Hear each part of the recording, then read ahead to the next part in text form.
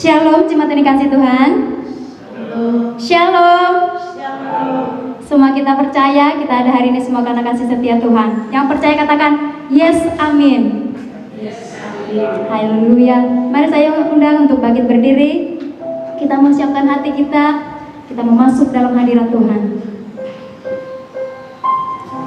Terima kasih Tuhan Yesus untuk kasih setiamu. Engkau sumber pertolongan kami. Engkau segala-galanya bagi kami Tuhan. Pagi hari ini kami rindu untuk menikmati hadirat-Mu, menikmati keindahan kasih-Mu Bapa. Terima kasih Tuhan Yesus. Haleluya.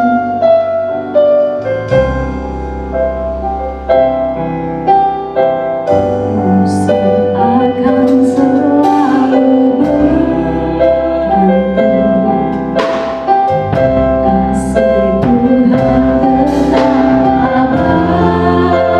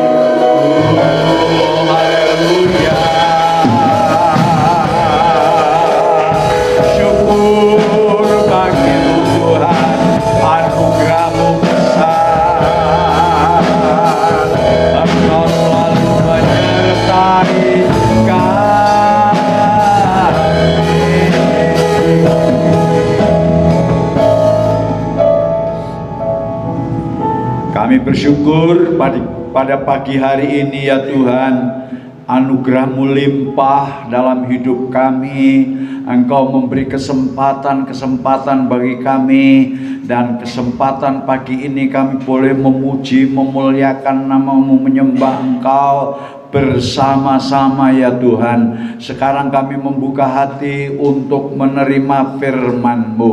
Engkau urapi hamba-Mu, Engkau urapi kami semuanya ya Tuhan, supaya firman yang disampaikan pada hari ini benar-benar menjadi petunjuk bagi kehidupan kami, menjadi kekuatan dalam hidup kami, mengubah hidup kami, sehingga kami boleh semakin seperti Kristus. Terima kasih Tuhan, terpuji akan nama-Mu. Kami terima firman-Mu hanya di dalam nama Tuhan Yesus Kristus. Haleluya. Amin, amin, amin, amin. Silakan duduk kembali. Shalom, puji Tuhan. Hari ini saya akan menyampaikan firman Tuhan perihal perkataan atau ucapan berkat. Kita tahu bahwa di dunia ini terlalu banyak ucapan kutuk, maki-makian, sumpah serapah, yang menyebabkan dunia ini makin hari makin sial. Sebab apa yang dikeluarkan orang itu akan diterima olehnya. Oleh karena itu kita harus belajar betul. Dari mulut kita ini ada ucapan-ucapan yang baik, ucapan berkat atau perkataan berkat. Sebab apa yang kita keluarkan itu yang akan balik kepada kita. Nah, ucapan mulut itu meluap dari dalam hati kita. Ini cuma alat, tapi itu dasarnya hati kita, baik atau buruk. Ayatnya kita lihat Lukas 6, ayat 45, orang yang baik mengeluarkan barang yang baik dari perbendaharaan hatinya yang baik. Dan orang yang jahat mengeluarkan barang yang jahat dari perbendaharaan yang jahat. Karena yang diucapkan mulut meluap dari hati. Jadi semua yang diucapkan mulut itu meluap dari dalam hati kita. Bahkan dalam Amsal 18 ayat yang ke-21 dikatakan, hidup dan mati itu dikuasai oleh lidah. Jadi sudah perhatikan mulai muda sampai tua ya, orang yang ucapannya jelek itu nasibnya buruk. Yang bawa sial hidupnya itu dari ucapannya. Saya memperhatikan dari muda sampai tua. Sekarang saya minta saudara yang memperhatikan itu. Siapa saja. Orang-orang yang bernasib jelek itu karena ucapannya yang jelek. Ya. Karena itu kita harus sungguh-sungguh menjaga hati. Karena tadi asalnya ucapan itu dari dalam hati kita. Dalam Amsal 4 ayat 23 kita membaca ayat, jagalah hatimu dengan segala kewaspadaan, karena dari situlah terpancar kehidupan. Dalam bahasa Indonesia, hati itu bisa disalahartikan. Seringkali kita bilang hati ayam, hati sapi, itu liver, bukan itu maksudnya. Tapi hati itu dalam bahasa Inggris, heart, my heart. Heart itu jantung. Jadi kalau hati itu jantung hati. Nah itu. Jadi di sini artinya jagalah hati kita. Orang yang berkata-kata itu berasal dari paling dalam, yaitu jantung hati kita ini. Makanya kalau orang suka berkata baik, itu jantungnya tenang. Ya, tapi kalau orang suka berkata buruk, itu jantungan kata orang Bandung. Pasti matinya karena sakit jantung atau ya banyak penyakit yang berhubungan dengan jantung. Sebab seringkali jantungan. Tapi saya katakan, your heart, hatimu atau jantungmu itu harus dijaga benar-benar. Saya dalam beberapa hari mengendalikan hati saya karena saya ada marah melihat sikap beberapa pendeta yang kurang baik. Tapi saya pikir saya lebih berdoa.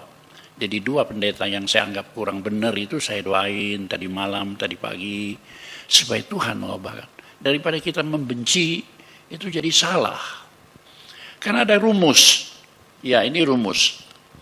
Saudara pegang rumus ini kalau saudara mau beruntung atau tidak beruntung, pegang rumus ini. Ya. Kalau di dalam hati orang ada kasih, maka kalau ada kesalahan itu akan timbul pengampunan. didoakan. Dan kalau orang mengeluarkan pengampunan, maka berkat itu datang, baik untuk kita maupun untuk orang yang kita ampuni. Dan karena itu di dalam pancaran hati kita atau orang itu terdapat getaran-getaran hidup. Dan kalau orang itu getaran hidupnya terus, itulah yang surga, ujung-ujungnya surga. Tapi lihat yang lain, benci. Nah ini banyak sekali orang menyimpan jengkel, benci, marah. Ini sebenarnya bukan untuk orang Kristen, bukan. Tapi saya lihat banyak sekali dalam orang Kristen agamawi, belum lahir baru, yang mengidap rasa benci ini. Benci, jengkel, marah, dendam, itu akan timbul pembalasan. Kalau tadi pengampunan, sekarang pembalasan. Kalau sudah pembalasan, dari mulut ini keluar sumpah serapah atau kata-kata kutuk. Kata-kata kutuk ini membawa arus kematian, baik bagi orang maupun bagi kita. Dan kematian ini sudah sekalian ujung-ujungnya neraka. Coba ulangi lagi rumus itu. Kasih membawa pengampunan. Benci membawa pembalasan. Pengampunan membawa berkat. Pembalasan membawa kutuk. Pengampunan membawa berkat menuju hidup. Tapi kutuk menuju mati. Dan hidup itu akhir-akhirnya menuju surga. Tapi mati itu ujung-ujungnya neraka. Nah, kita perhatikan sekarang ucapan Nuh. Orang tua waktu dunia pertama kali dihukumkan, maka dengan air bah itu, saudara sekalian, maka Nuh itu mengucapkan berkat atau kutuk terhadap 3 orang anaknya. Yang pertama kita lihat dalam ayat itu ya, Kejadian 9 ayat 25 sampai 27, ucapannya. Berkatalah ia, terkutuklah Kanaan. Hendaklah ia menjadi hamba yang paling hina bagi saudara-saudaranya. Kanaan itu anaknya dari Ham. Ham itu pada waktu Nuh keluar dari Bahtera, dia menanam anggur. Dan penemu anggur yang pertama, jangan pernah lupa, itu namanya Nuh. Tapi dia tidak tahu bahwa anggur itu mengandung alkohol. Karena itu dia mabok. Dia saking senangnya menemukan anggur itu, dia menari-nari dengan bertelanjang. Lalu datanglah anak-anaknya melihat ternyata anaknya yang bernama Ham itu terbahak-bahak, ketawa geli melihat bapaknya bertelanjang menari-nari. Ya. Sedangkan 2 anak yang lain yaitu Sem dan Yafet itu mengambil selimut berjalan mundur menutupi ketelanjangan bapaknya. Sehingga pada waktu itu bapaknya melihat ketertawaan daripada Kanaan, daripada bapaknya Kanaan, Ham, dia menyampaikan kata-kata kutuk. Kata-kata kutuk itu, terkutuklah Kanaan, hendaklah ia menjadi hamba yang paling hina bagi saudaranya.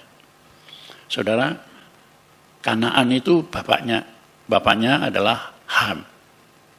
Jadi mulai dari Kanaan, anaknya Ham itu terkutuk. Dan itu saudara sekarang pelajari dunia sekarang. Kanaan itu anak cucunya adalah benua Afrika. Negeri yang kering kerontang. Sebagian menempati Mesir. Dan sebagian lagi menempati bagian India, sebagian. Ini gambaran orang-orang yang terkutuk sampai hari ini berapa ribu tahun.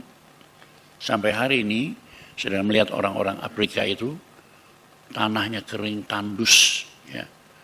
Sehingga mereka hidup kering sampai ini rambutnya, badannya kurus kering, ya, miskin, melarat sampai detik ini, kecuali mereka bertobat kepada Yesus Kristus. Enggak main-main loh perkataan kutuk itu. Nah, kemudian Sem itu dikatakannya, ya, dalam ayat berikutnya itu 9:25-26, terpujilah Tuhan Allah Sem, tetapi hendaklah Kanaan menjadi hamba baginya. Jadi Sem itu diberkati, terpujilah Allah. Tapi tetap si Kanaan itu menjadi lebih rendah. Budak. Sem itu sudah sekarang kebanyakan orang-orang yang menempati Asia. Diberkati. Ya. Tapi tetap Kanaan itu menjadi budak baginya. Sudah lihat sampai hari ini? Sudah lihat sampai hari ini? Terus Yafet. Yafet itu Allah meluaskan kiranya tempat kediaman Yafet. Hendaklah ia tinggal dalam kemah-kemah Sem. Jadi seorang sama orang Sem, orang-orang Asia. Yafet itu orang barat, Eropa. Pertama kali Tuhan mengatakan Allah meluaskan tempat kediamannya. Columbus berlayar menemukan benua Amerika. Captain Cook berlayar menemukan benua Australia. Hari ini sudah tahu Australia jadi negeri orang kulit putih. Amerika menjadi negeri orang kulit putih. Meluaskan tempat kediamannya. Tapi Kanaan tetap jadi hamba baginya. Saya melihat ini, saya membaca ilmu pengetahuan dahsyat. Makanya kata-kata yang keluar dari mulut kita itu hidup atau mati terhadap orang lain, juga menghantam diri sendiri. Karena itu Yakobus berkata orang yang sempurna itu adalah orang yang tidak bersalah dalam kata-katanya. Orang yang tidak bersalah dalam kata-katanya itu orang sempurna. Tapi siapa itu orang yang tidak bersalah dalam kata-katanya? Saya lihat lagi udah ucapan berkat daripada anak-anak Yakub. Abraham beranak Ishak, Ishak beranak Yakub. Yakub itu kemudian berubah nama menjadi Israel. Sebab Yakub itu arti katanya penipu dan sifatnya pembohong, bersama ibunya menipu Esau. Ya. Jadi Yakub itu memang licik, ya, penipu. Tapi kemudian dia bertemu dengan Tuhan, dia bertobat sehingga bergumul dengan Tuhan.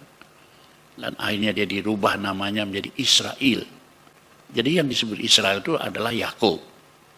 Abraham, Ishak, Yakub. Nah Yakub ini beranak 12. Jadi suku bangsa Israel. Dan sesudah itu sudah sekalian, Yakub menjadi tua. Dan sudah Yakub menjadi tua, maka di dalam Kejadian 49 ayat 8 sampai 10, di situ disebutkan ucapan Yakub terhadap anak-anaknya. Ya. Kejadian 49 ayat 8 sampai 10 itu berbunyi demikian. Ya, Yahuda, engkau akan dipuji oleh saudara-saudaranya.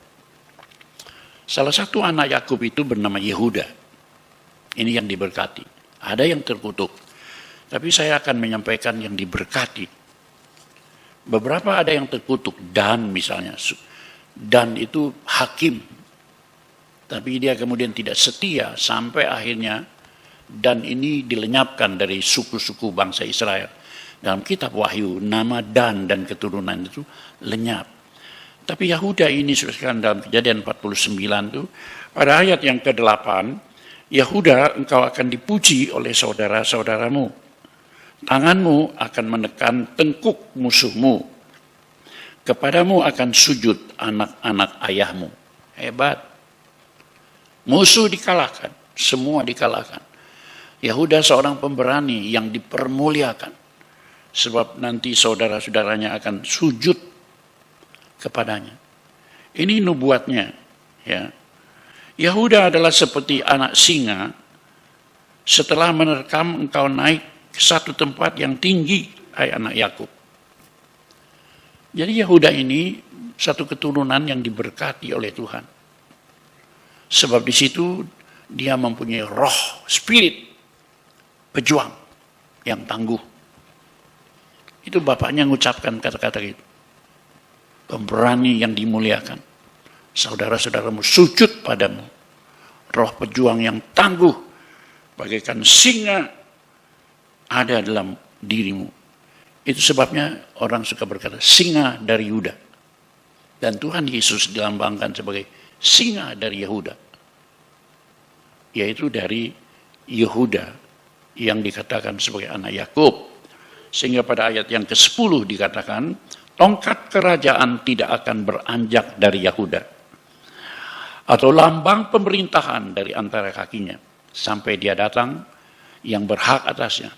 Maka kepadanya akan takluk bangsa-bangsa. Ini mengatakan tentang pemimpin, penguasa, sampai takluk bangsa-bangsa. Nah, ini diterapkan kepada Yesus Kristus. Ya, Yesus itu singa dari Yehuda. Sampai nanti bangsa-bangsa takluk, tunduk dan hormat. Ini ucapan daripada Bapa kepada anaknya. Dan terjadi atas hidup Yehuda yang menurunkan Yesus Kristus. Hebat. Anak yang lain bernama Gad. Dalam Kejadian 49 ayat 9, ya, ucapan berkat atas Gad. Ayat 19, Gad, ia akan diserang oleh gerombolan, tetapi ia akan menyerang tumit mereka. Mau menyerang tumit itu berarti musuhnya kabur.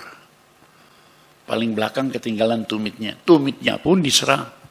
Jadi maksudnya di sini Gad itu ya adalah seorang pejuang yang tangguh, diramalkan.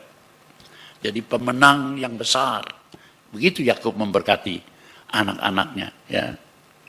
Dan kalau kita baca dalam ulangan 33 ayat 20, di situ sudah sekalian tentang Gad, ia berkata, terpujilah dia yang memberi kelapangan kepada Gad.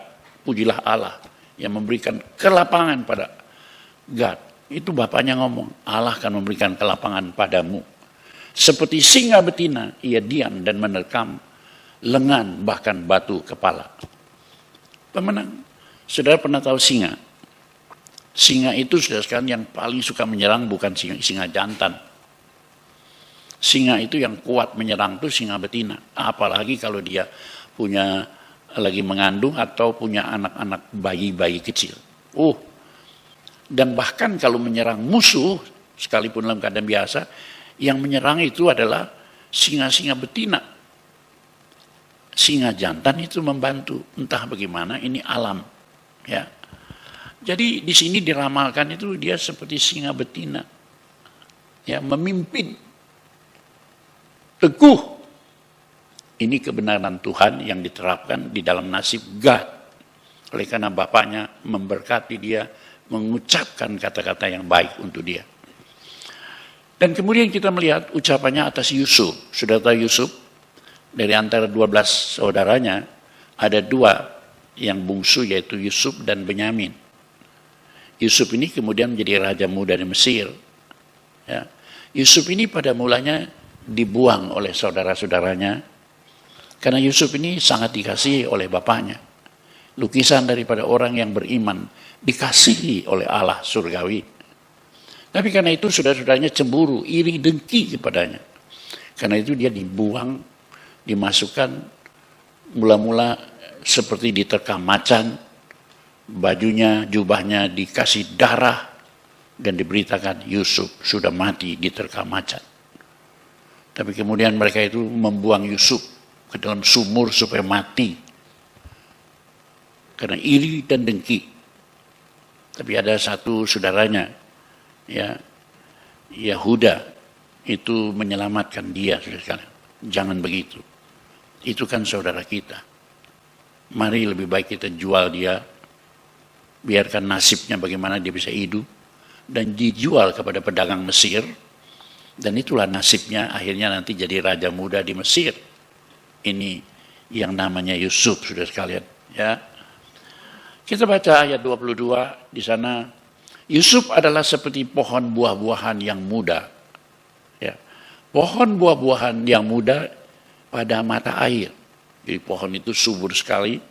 Dahan-dahannya naik mengatasi tembok. Itu caranya mengucapkan berkat atas anaknya. Yang dimaksudkan di sini pohon buah-buahan yang di tepi mata air. Subur. sangat subur, bahkan merambati tembok dahan-dahannya, terus merambati tembok. Artinya orang yang sangat diberkati, orang yang bernama Yusuf ini, saudara kalian. Ya. Saudara, bagaimana mengucapkan kepada anak-anakmu? Lagi pula dia mempunyai karakter yang gagah perkasa karena Tuhan. Ayat 23 dan 24, Yusuf adalah 23, walaupun pemanah-pemanah telah mengusiknya, memanahnya, dan menyerbunya, segala macam pencobaan, masalah, musuh, lawan-lawan, ditaklukkan. Ayat 24 dikatakan, namun panahnya tetap kokoh, dan lengan tangannya tinggal liat, kuat, oleh pertolongan yang maha kuat, pelindung Yakub, oleh sebab gembalanya gunung batu Israel. Dia kuat, dia hebat, bukan karena manusiawi, tapi dia menghormati Tuhan, sumber kekuatan sejati. Inilah yang dipakai oleh Yusuf sepanjang hidupnya.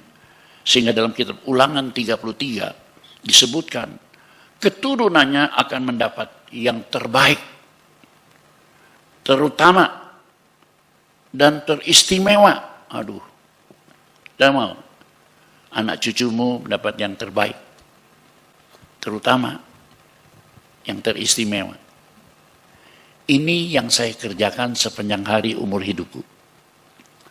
Sejak saya berusia 16 tahun masuk gereja, 17 tahun penuh Roh Kudus, sampai detik ini, saya tidak mendidik anak supaya pintar cari duit. Orang-orang yang mendidik anak pintar cari duit, nomor satu, hendaklah bertobat. Nomor satu bukan itu. Nomor satu, mengasihi Tuhan. Maka dengan sendirinya pintar cari duit. Tapi kalau kau mendidik anak supaya banyak duit, banyak berhasil di dunia, kau akan menyesal di hari tua. Tapi aku tidak menyesal, karena aku mendidik anak nomor satu, memuliakan Tuhan, menempatkan Tuhan di tempat yang utama. Sehingga akhirnya Yusuf, sejarah hidupnya, dibuang ke Mesir, digoda oleh istri Potifar jenderal, masih ingat? Lalu kemudian Yusuf suci hatinya. Bayangkan digoda oleh nyonya bos, nyonya jenderal, tapi dia tetap mempertahankan kekudusannya. Ya, oleh karena bapaknya sudah memberkati dia, sebab mengutamakan Tuhan.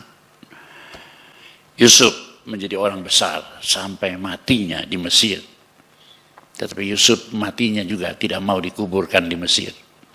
Dia minta semua orang bersumpah untuk menguburkan dia di tempat keluarganya Abraham, Ishak, Yakub, ya, di Gua Mahpela, di tanah Kanaan.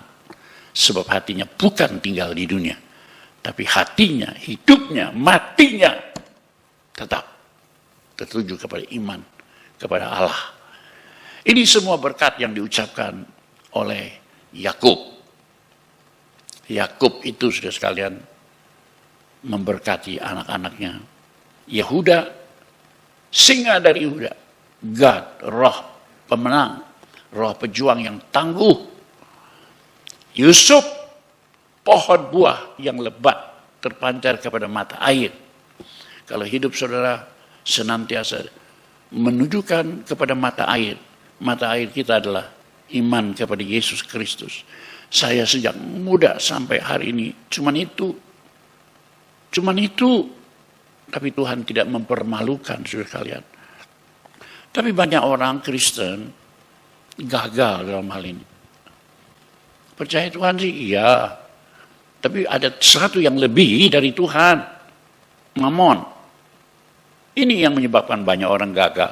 Mungkin dia berhasil kelihatannya, kaya, makmur, tapi sudah lihat anak cucunya. Kekayaan itu membuat perkelahian, perebutan harta. Kekayaan itu membawa celaka. Anak cucunya menjadi penjina, pembohong, penjual, segala macam. Sebab banyak duit itu paling mudah percabulan, persundalan. Dan ini kutuk dalam hidup manusia, saudara kalian. Nah, sekarang kita melihat ucapan berkat. Ucapan berkat itu bisa dikatakan, bisa dilakukan kalau kita tidak lagi seperti orang duniawi. Kenapa? Sebab Galatia 3 ayat 13, ya, kenapa kita bisa melakukan itu? Kristus telah menebus kita dari kutuk hukum Taurat dengan jalan menjadi kutuk karena kita. Sebab ada tertulis, terkutuklah orang yang digantung pada kayu salib. Jadi ada seorang yang telah menebus kutuk kita. Itulah Tuhan Yesus Kristus, saudara sekalian. Kita dibebaskan dari kutuk-kutuk yang lama. Kita dikutuki, siapa yang berbuat dosa pasti mati. Jadi itu sebabnya itu kutuk Taurat sudah dibebaskan oleh karena kita percaya Tuhan Yesus, sebab Dia yang terkutuk ganti kita. Jadi kita ini mempunyai kemampuan, mempunyai power untuk bisa mengucapkan berkat. Jadi kalau dalam hidup saudara itu belum ada kemampuan, perhatikan ada satu dosa yang tersimpan dalam hidupmu. Sehingga kuasa Kristus belum membebaskan engkau dari kutuk yang lama. Ya. Tapi kalau sudah sungguh-sungguh menggantungkan, membuat Yesus nomor satu dalam hidupmu, maka Dia sudah terkutuk ganti kita. Dan kita memiliki power, kemampuan untuk mengucapkan berkat. Nah, ini sebabnya kita baca juga Amsal 26 ayat 2. Amsal 26 ayat 2. Seperti burung pipit mengilap dan burung layang-layang terbang, demikianlah kutuk tanpa alasan tidak akan kena. Saudara, orang mengutuki kita apapun juga, tapi kalau kita hidup benar di hadapan Tuhan, jangan takut. Kedua, jangan marah. Sebab kutuk yang diucapkan orang, sumpah serapah yang diucapkan orang, itu akan balik kepada dirinya sendiri. Jadi kalau kita hidup benar, tanpa alasan, kita ini tidak mungkin kena kutuk itu. Bilangan 23 ayat 23 berkata begini. Sebab tidak ada mantra yang mempan terhadap Yakub, atau tenung-tenung yang mempan terhadap orang Israel. Pada waktunya akan dikatakan kepada Yakub, begitu juga kepada Israel, begitu juga kepada orang beriman, keajaiban yang diperbuat Allah. Itu takut. Ada banyak orang takut, aduh saya ditenung loh, saya disihir, saya digendam oleh dukun anu. Kok saudara percaya dukun? Yesus itu berkuasa.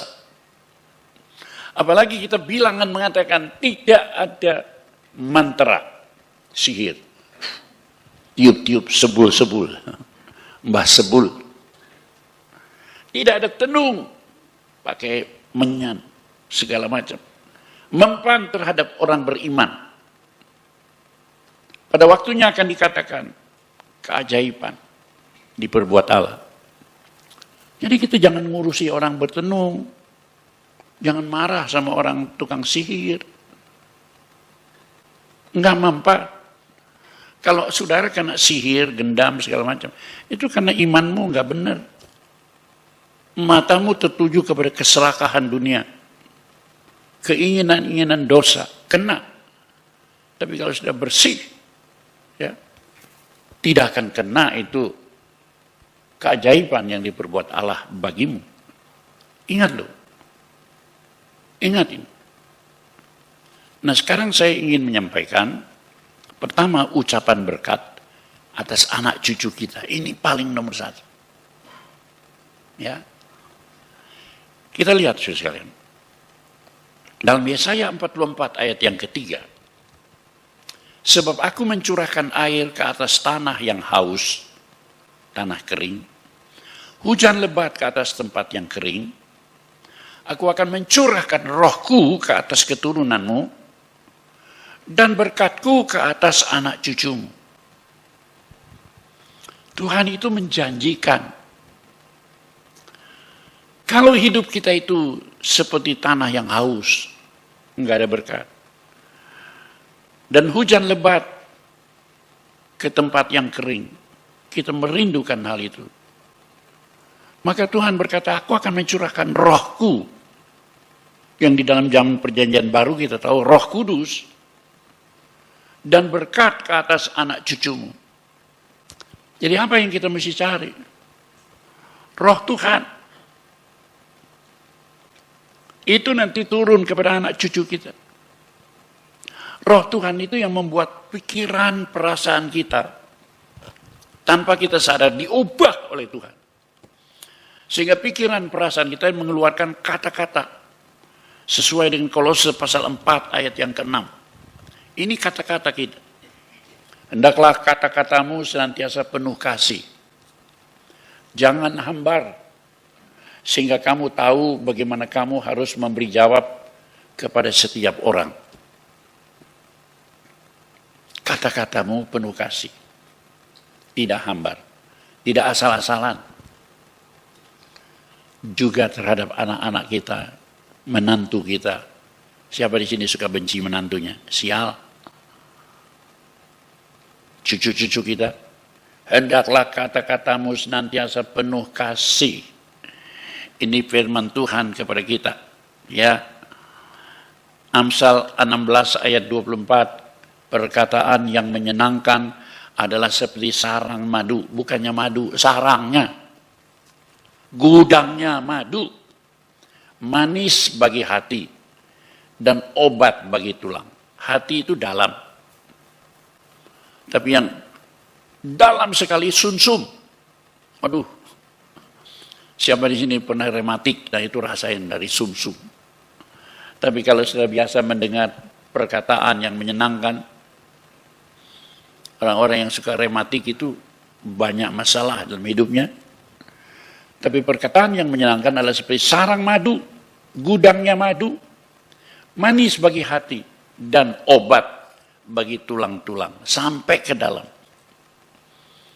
Sampai kepada sumsum kita. Perkataan yang manis itu. Jadi bayangkan betapa beruntungnya kalau engkau itu pandai sekali mengucapkan perkataan manis. Kenapa kita bisa mengucapkan perkataan? Yesus sudah membebaskan kita. Tapi banyak orang tidak beriman kepada Yesus, tapi beriman kepada agama Kristen. Pun tidak beriman kepada Yesus dan berbakti dengan setia apapun yang terjadi. Saudara, saya ingatkan, gereja-gereja tutup. Tapi kita lebih dari 8 bulan, menginjak bulan ke-9. Gereja ini tidak pernah tutup. Tidak pernah tutup. Kita tahu bahaya besar. Tapi kita tahu, Mazmur 91. Itu perlindungan kita. Pulang ke rumah baca Mazmur 91. Aduh, itu Tuhan luar biasa. Nah, Amsal 16:24. Seperti madu, sarang madu, manis, obat, manis bagi hati, obat bagi tulang.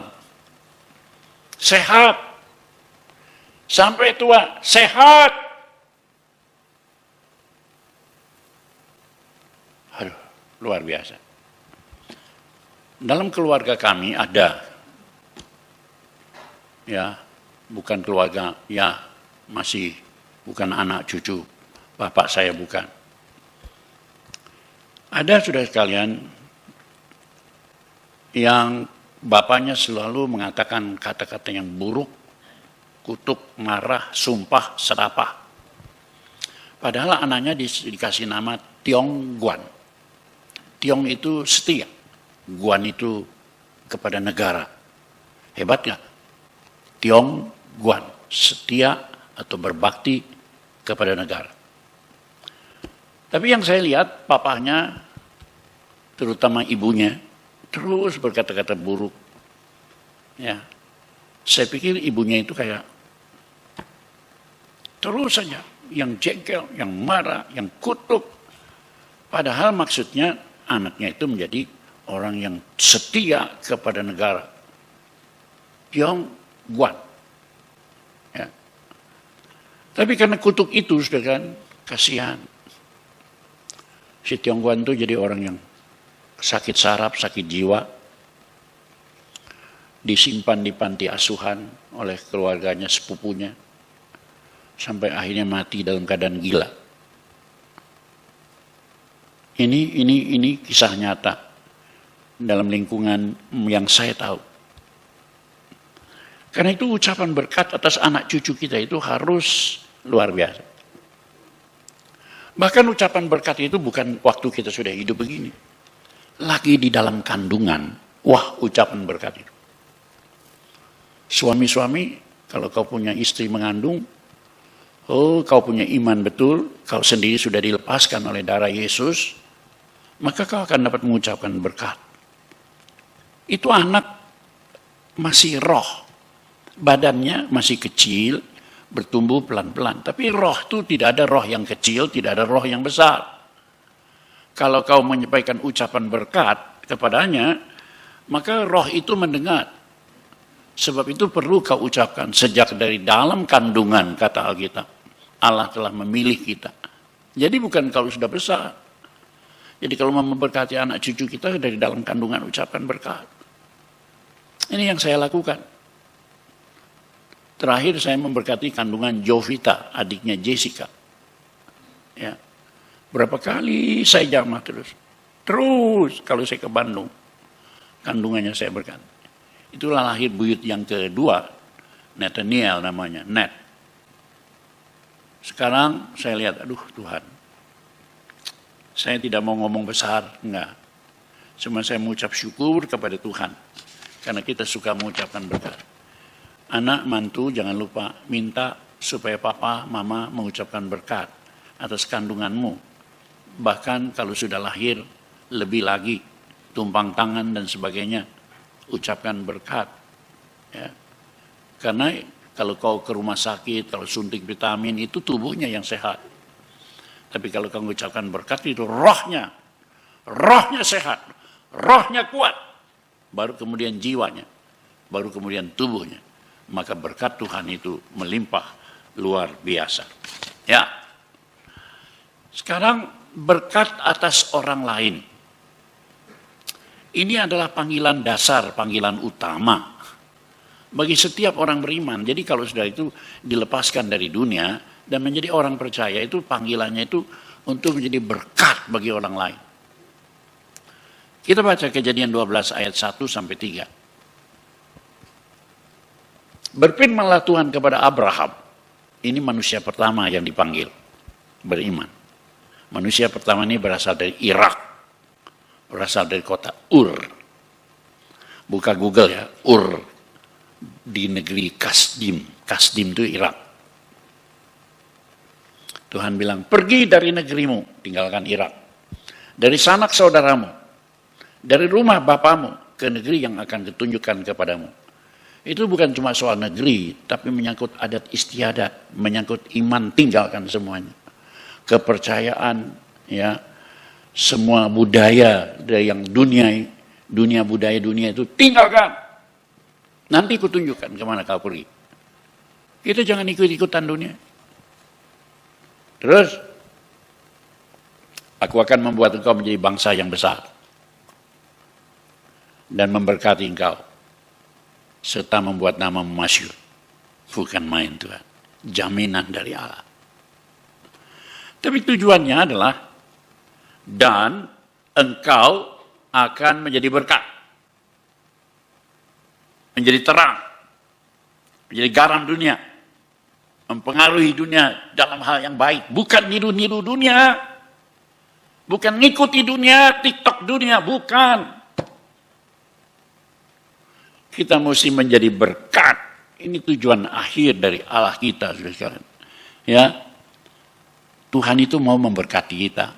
Ya, di situ jelas. Ya, menjadi bangsa besar, memberkati, namamu masyhur.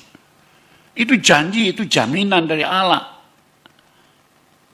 Tapi urusan lain itu oleh Tuhan ayat 3a.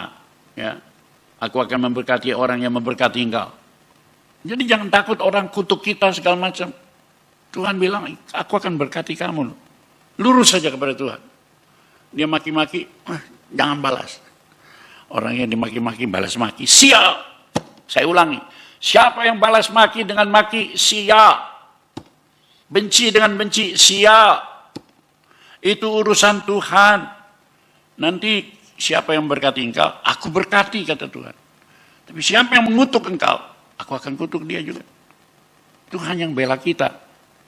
Nah, jadi saudara sekalian, biar kita ini sungguh-sungguh memberkati. Sebab dalam Mazmur 109 ayat yang ke-28 bagian A dikatakan, biarlah mereka mengutuki, engkau akan memberkati. Waduh. Nah, orang ngutuki urusan dia lah. Tapi Tuhan memberkati orang yang mengutuki. Lah kita juga dipanggil seperti itu.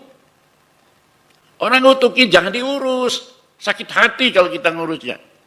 Dalam nama Yesus. Aku memberkati. Setuju nggak? Saudara mau berubah nasibnya, anak cucunya diberkati semua. Begini cara. Ya. Engkau akan memberkati, biar mereka mengutuk. Luar biasa.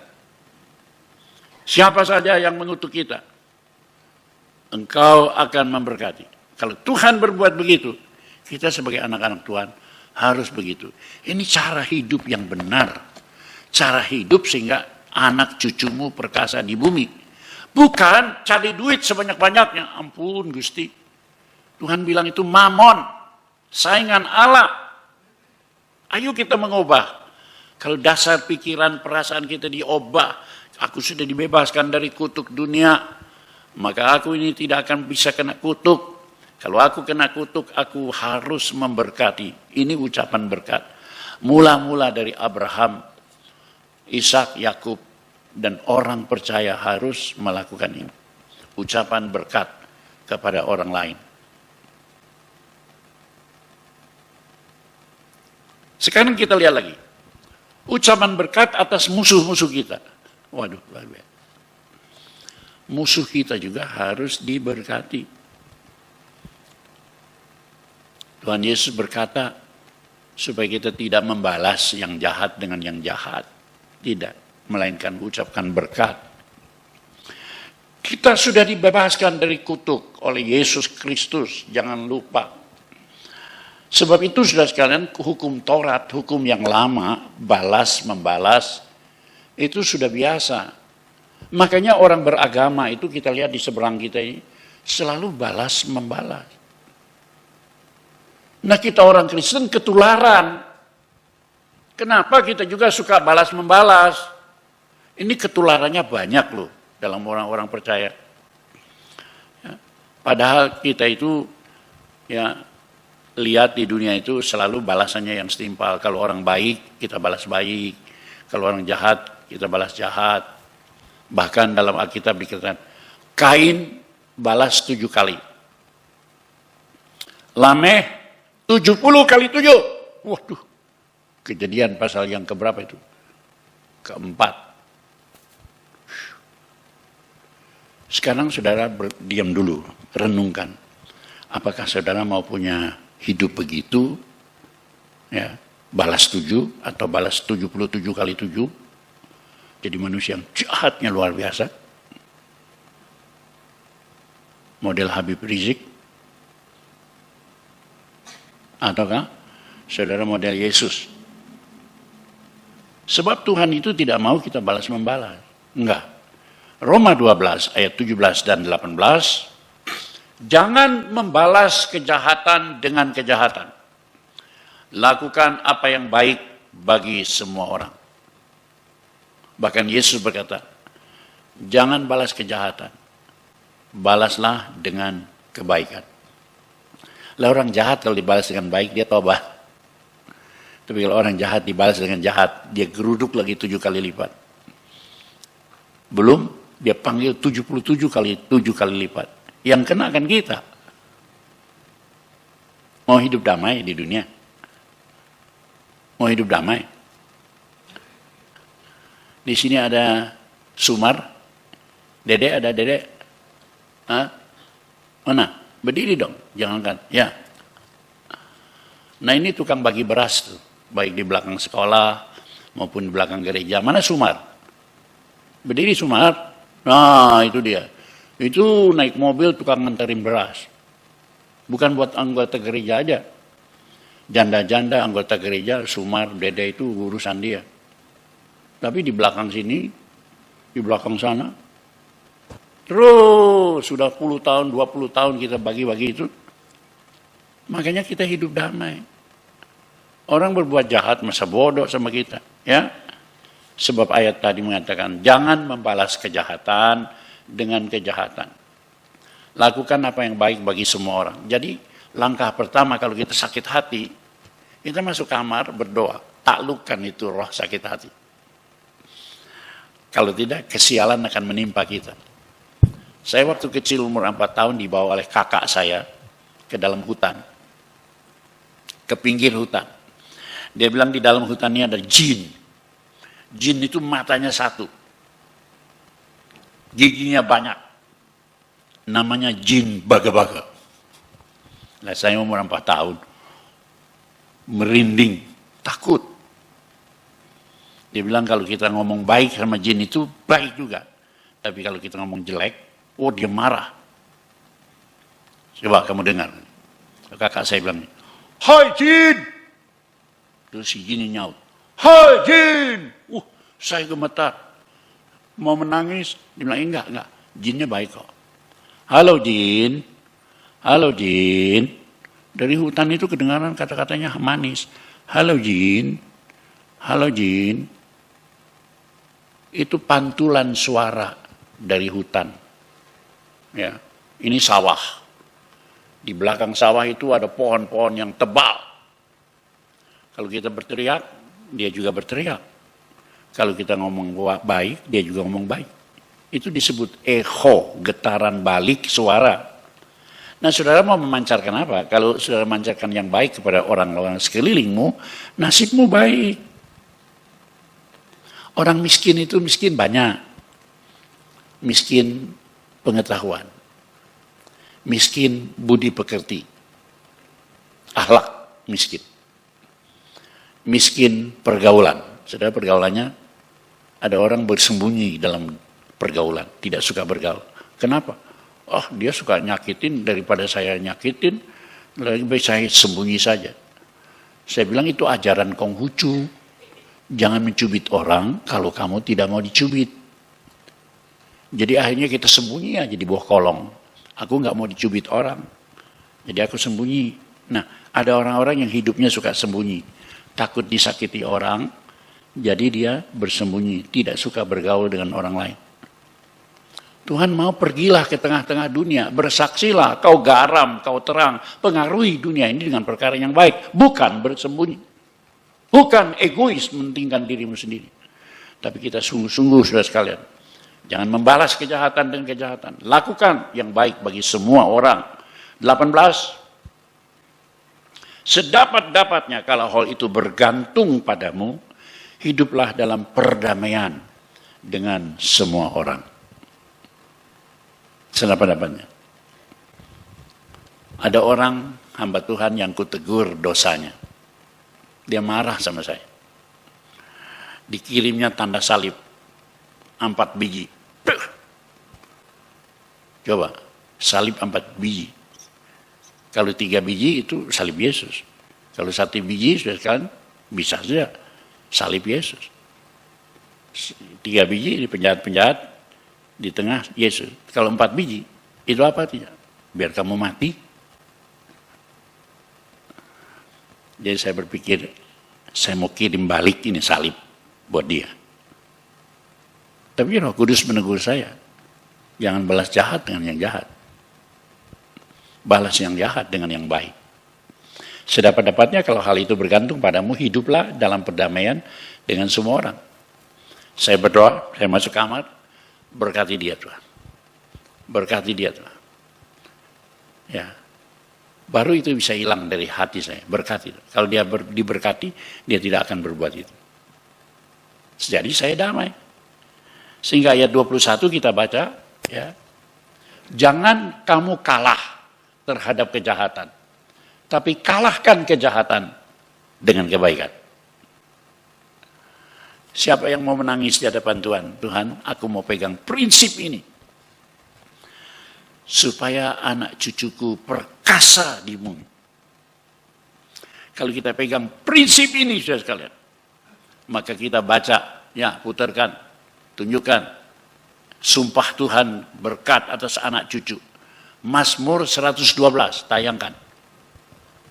Ini janji Tuhan. Mazmur 112. Siapa yang mau hal ini? Ya. Maka saudara-saudara sungguh-sungguh hidup di dunia diberkati. Sampai di akhirat. Sudah siap ayatnya?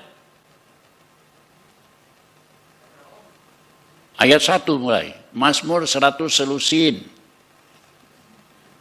Kalau saya bilang 112, Anda lupa. Jadi saya suka mengatakan 100 selusin, supaya seumur hidupmu engkau tidak pernah lupa. Ya. Bisa?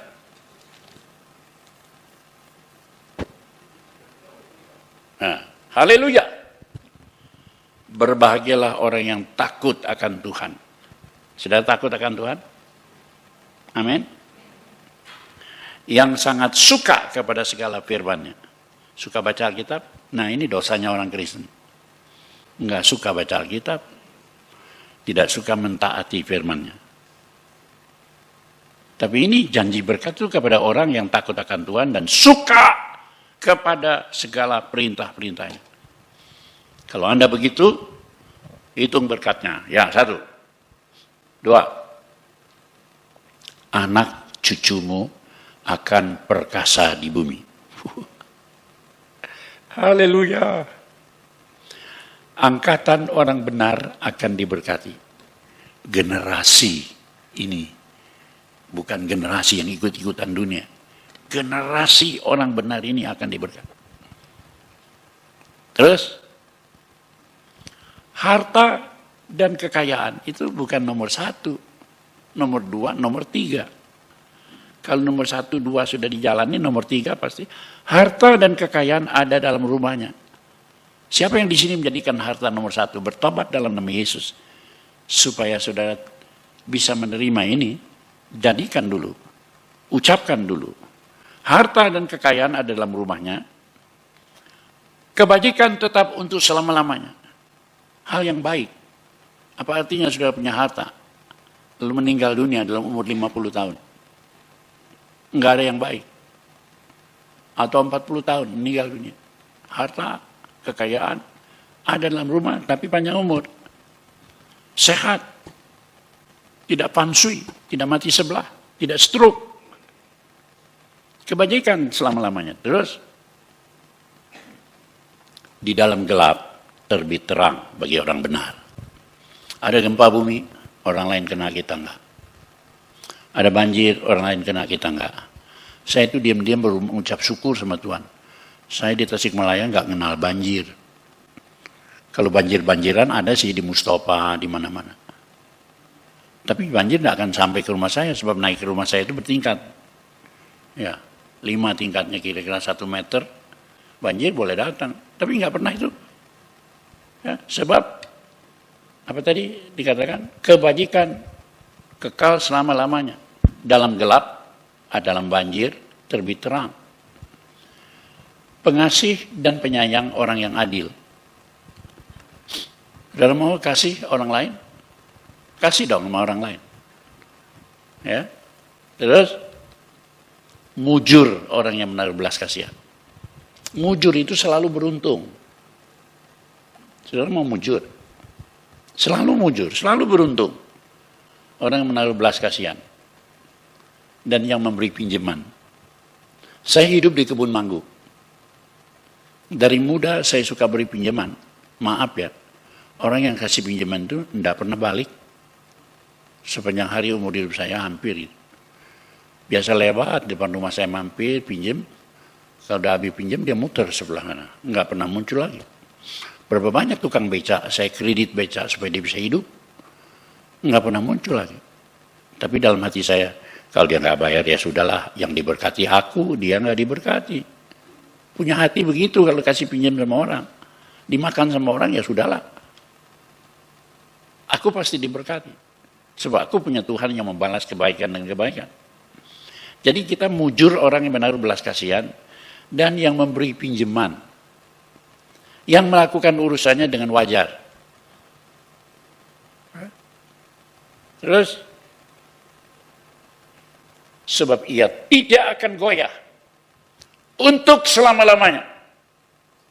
Orang benar itu diingat selama-lamanya. Baik diingat oleh manusia maupun diingat oleh Allah. Amin.